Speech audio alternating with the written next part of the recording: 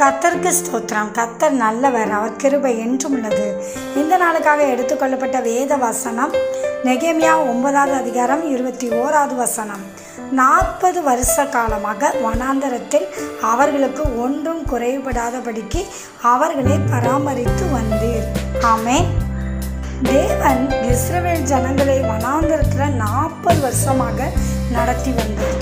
அப்போ ஒரு குறையும் இல்லாமல் அவங்கள ஏசப்பா பாதுகாத்து பராமரித்து அவர்களை வழி நடத்தினார். அவங்க தேவைகளெல்லாம் கொடுத்து வந்தார். அது மட்டும் இல்லாமல் அவங்க போட்டிருக்க ட்ரெஸ்ஸு கூட பழமே ஆகலையா, அவங்க கால் கூட வீங்கலையா.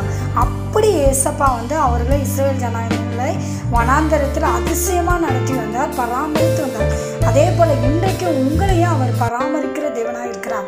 உங்களுக்கு என்ன தேவையோ அதெல்லாம் கொடுத்து உங்களுக்கு எந்த குறையில்லாமல் வழிநடத்துகிற தேவன் உங்களோட கூட இருக்கிறார். ஆகவே நீங்கள் எதை குறித்தும் சோர்ந்து போகாதிருங்கள். ஆமென். தேவன் எல்லாவற்றையும் பார்த்துக்கொள்வார்.